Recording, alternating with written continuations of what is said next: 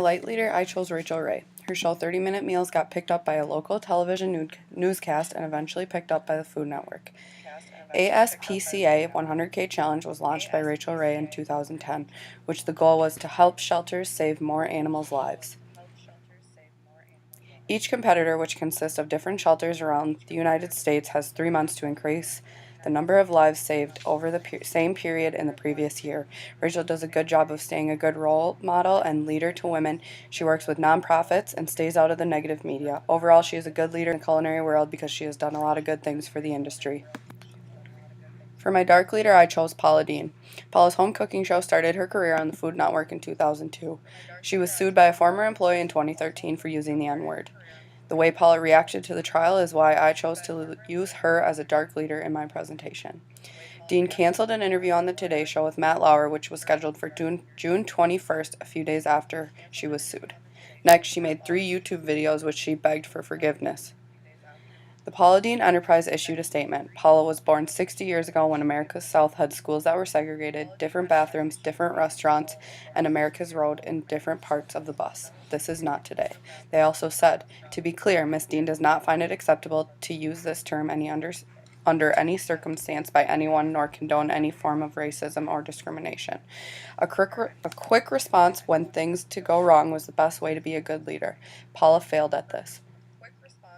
She canceled her Today Show interview, which showed that she couldn't manage her emotions.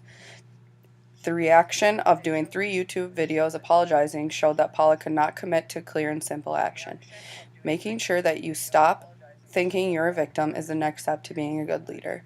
Once finally interviewing with Mr. Lauer, she instantly started describing how she was a victim.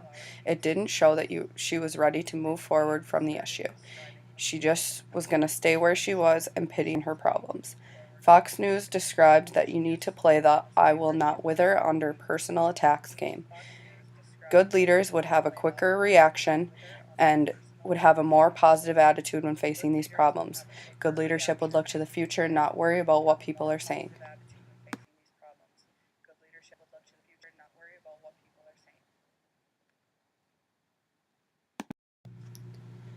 What is dark leadership? Definition of dark leadership defined by the class is a dark leader who is a leader has a lot of charisma, drive, and passion, but has the bad intentions. Dark leaders push their way to the top by gaining people's trust. Once people trust them, they can manipulate them into doing what they want.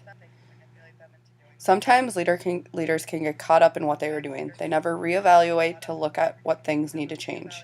Things change and they can change fast. Therefore, you need to be aware of the changes happening so that you can adjust your plan. If you do not do this, you will lead your company in the wrong direction. Paula's problem arose so fast that she didn't take the time to stop and think. If she would have looked at what she needed to do for her future, such as the interview, she could have turned her leadership role around.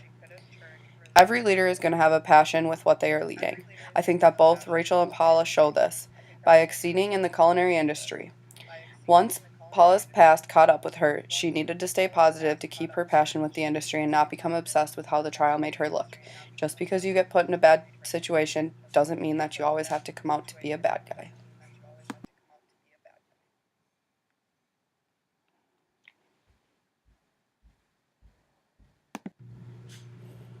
Can dark leaders be great leaders? Dark leaders and light leaders have the same traits. They just use them differently. When leadership is broken down, dark or light, a common set of characteristics exist. It's how you express these characteristics that make you a dark or light leader. Passion is one of the traits that every student talked about in our discussions at one point. We have determined that every leader has a passion for what they are doing. All leaders need to have good communication skills. This is what brings them to the top of their organization and gets them in a leadership position. A lot of people will listen to a strong-minded person because if you are not strong-minded, you will usually just listen and not argue with someone who is strong-minded. I think that Rachael and Paula both have the same leadership traits, such as passion, communication, and strong-minded. But I think they express these characteristics differently, which meant when Paula was put into a bad situation, her characteristics expressed her to be a dark leader. It doesn't mean that she's any less passionate about the culinary industry. It just means that she handles her passion differently than Rachael does, which also is not bad. Everyone handles everything differently, and that's what differs dark and light leaders.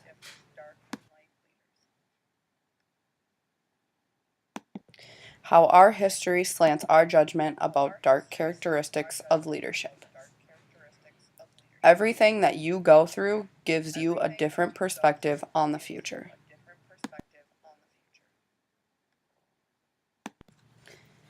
Leaders being judged on actions. The classic line is the perfect scenario for this question. Actions speak louder than words.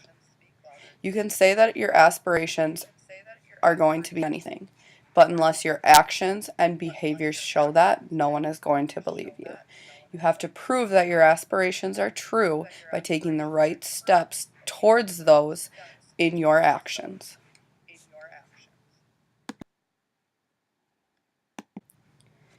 When does inspiration end and manipulation begin?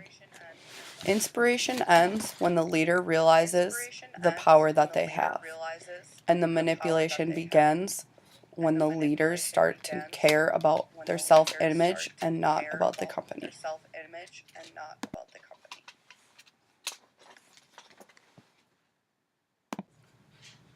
What stops a dark leader from being efficient? Dark leaders can start to lose touch with what real life is and what their perception of what they think or want to be happening, which makes them leading off of their perception and not what's really happening. Therefore, they lose touch with reality.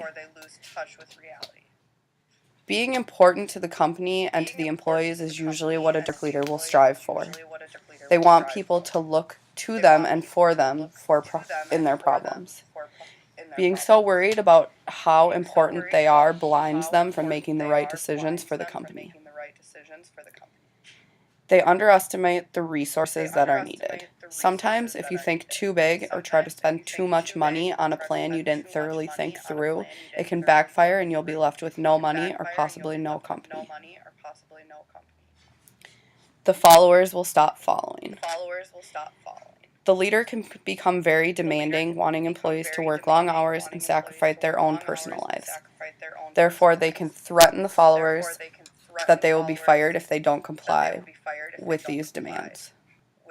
So the people will stop following them.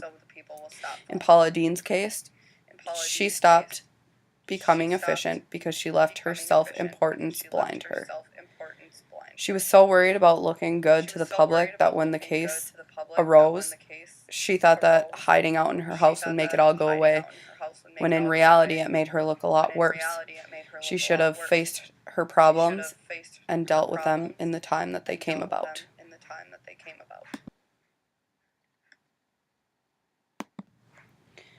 How do you avoid becoming a dark leader? Don't cheat the system. When leaders realize that they may be failing, they like to cheat the system so that they can perceive that they are still doing okay, but eventually it will be found and you will be considered a dark leader. Don't let the power change you. When given power, a lot of leaders will fall in love with that feeling of having power, and they will want more and more, and they will do anything for it, which will put the company in jeopardy. Know your dark leadership characteristics. If you know your dark leadership characteristics, you can know what you need to do to overcome these. You must know your flaws to make them better. You must accept your flaws and be willing to change. Think before you act. If you really think about a decision you are going to make and see how it's going to affect everything and everyone around you, you will be able to make the right decision for the company. Make a long-term and short-term plan. Making a plan for the company and having long-term and short-term ones can be great for a company and its leader, though you must execute it correctly. You need to regularly check your long and short-term goals to be sure that the company is still on track.